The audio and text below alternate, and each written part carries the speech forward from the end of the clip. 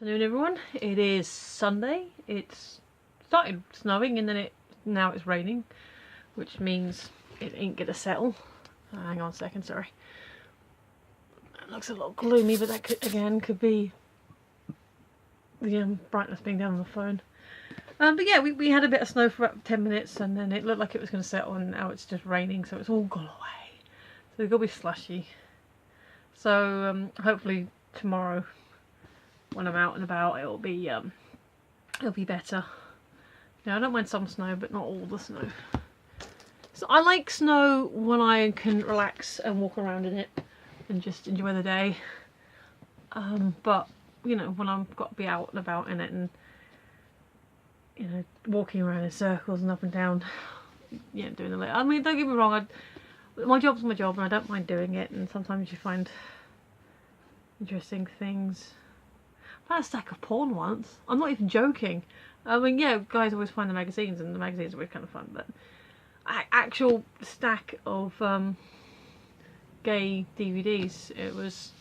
I really looked at one of them. It was actually kind of boring. But it's like a whole stack. I'm like, nice. So yeah, don't look down on your trash, your rubbish collectors. Actually, to be fair, we mostly get thanked. We get thanked a lot for that. But yeah, so that's the weather today, and little things, and my hair's looking big today because I washed it yesterday, so it's all soft and fluffy, shiny. But yeah, no, that's. Hello, how are you? I don't know. I don't know why I didn't get the best sleep last night. Not a terrible sleep, but not the best. But anyway, I have a book. It has questions, and we're still barely through it. So should we see what today's question is?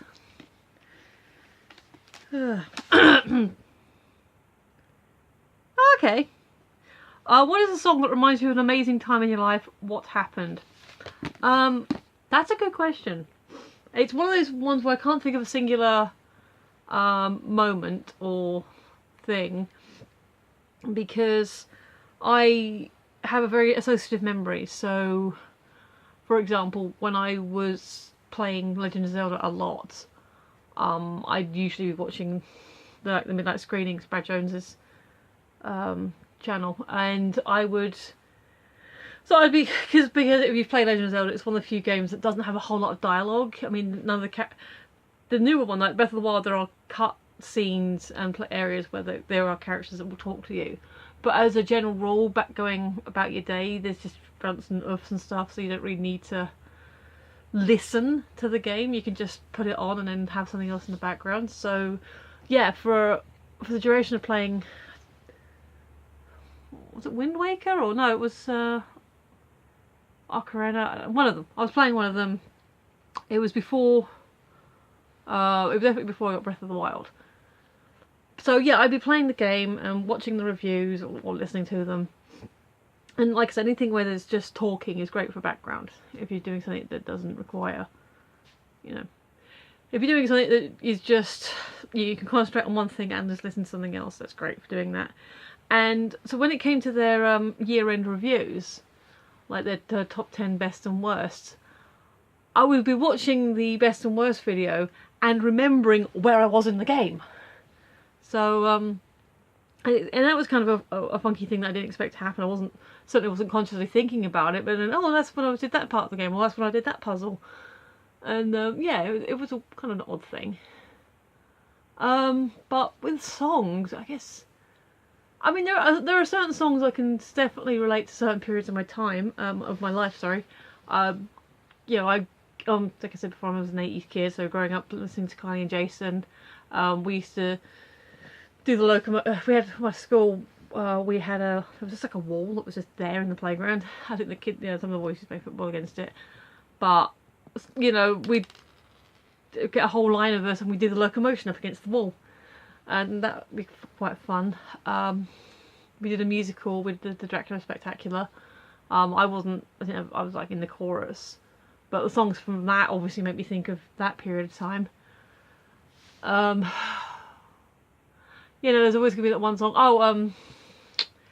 Things like So Macho and Superman, and just those silly you know, 70s, 80s cheesy disco songs, because my uncle is a cheesy disco DJ, and we as kids grew up basically singing and dancing to those, and especially So Macho with my dancing with my cousin.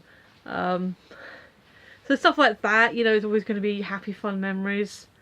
I said before about when I went on one family holiday, and I got a bit of a crush on the busboy Kirk. That was the first time I heard the song "Miss You Like Crazy." So, and you know, certain songs from movies that you can always think of the movie. I'm kind of skipping over the obvious. When I saw Duchovny in concert, which was amazing. I've got video of it, but it's not the best video because it was very shaky. I didn't have the tripod. It was my actual still camera, which is here.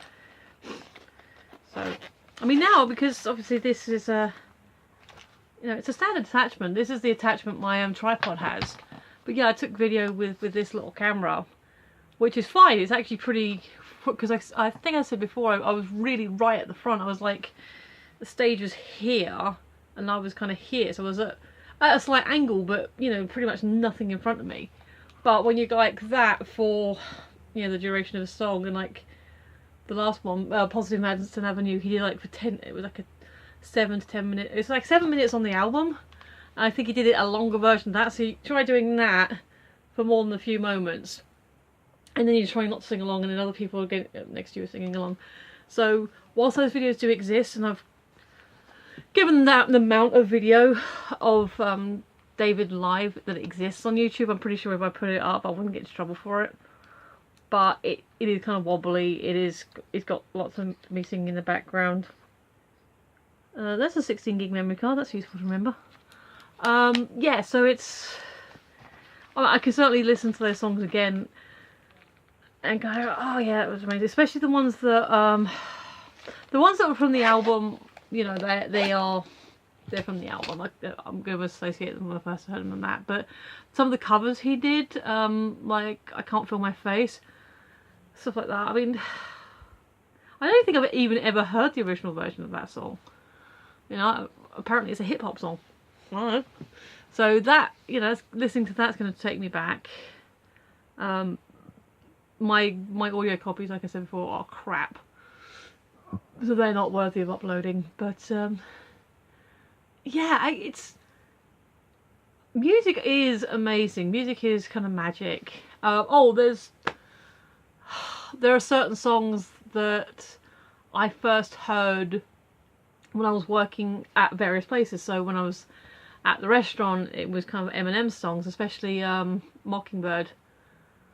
That was very much that. Or Move, bitch, get out the way. 99 Problems. That was the first time I'd heard Linkin Park as well, was at that restaurant. There's one, I don't even know what the song is. This is going back even further, an earlier song. I couldn't even tell you what it is. I mean, it was probably really crap. But in the song, they just goes, yeah, yeah, yeah, yeah, yeah, and one of the guys just thought it was hilarious, and he always used to do it. Then there's obviously songs that I associate not only with working at the store, but certain people worked at the store. So, you know, Jason had his kind of staff, Petch. Petch will always be LFMAO, you know, those things. You know, other people will be different songs.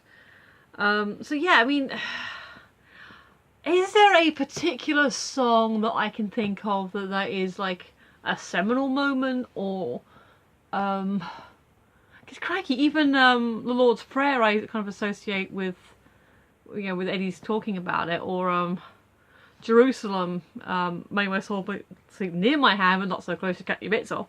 But Jerusalem also now is associated with Aaron ranting about it on in the Calendar Girls review, which is a good review actually, excuse me. It is a good review. But is there a singular song that I can point to, a singular moment that was like life-changing or profound or amazing? Probably in the moment. You know, in the moment it was like, oh yeah, this is amazing. I mean, think about the concert again, with the finale, that kind of felt, and it sounds like a bad pun because it was actually in a church, Union Chapel, which is an amazing building, actually. It's really pretty, and they do a lot of gigs and concerts there, and it made sense because it was big enough but not so big that, you know, everyone could fit in, but there was still room to wiggle around and you could walk, you can sort yourself out, and then, you know, it had really good acoustics because obviously it's a church.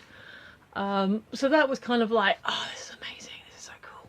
So it was kind of, I just kind of described it as a religious experience, but not that I've suddenly become religious, just that it was that group moment, collective thing that is just like, this is a very pure moment, this feels amazing to me. But I described it to a colleague of mine, and she described it as like a rave thing, you know, that kind of moment where you're just in the moment and it's just pure. But I mean, yeah. So there's lots of songs that I can put to moments, and those memories become locked into each other. But a singular song that kind of changed my life, or is associated with such a huge moment in my life, that's, you know, not so profound or big, or I don't. There are songs that I associate with moments and people and times in my life, but I don't think there's one song that is attached so exclusively to a singular moment, you know. I guess if I got married, then, you know, our first dance would sort of become thing, but then it would be a song that we both like and have heard many times before. So would that necessarily count? I mean, yes, you'd always, every time afterwards you heard it, you'd always think of your wedding day, but it doesn't necessarily mean it's exclusive to your wedding day, because that's why you picked it, because you liked it already. So long answer, see above. But short answer, I don't think there's a singular song that I associate with a singular moment of profoundness or awesomeness or anything, but that doesn't mean to say that aren't the songs there that have effects or haven't affected me in some way. So yeah, there's always going to be that song that you associate with that thing or that event, but it's all good. They're good songs. If it's a good song and it's attached with a positive memory, then great. And if it's a less, I can't think of any songs that I necessarily associate or link back to a negative point or period in my life. So take that for what it's worth. But yeah, and that's pretty much what I've got to say on music. I love music. I love songs. You know, if I will allow myself to feel a moment of the song and the emotions, and sometimes I kind of, it's kind of silly. In the we got this from My Little Pony.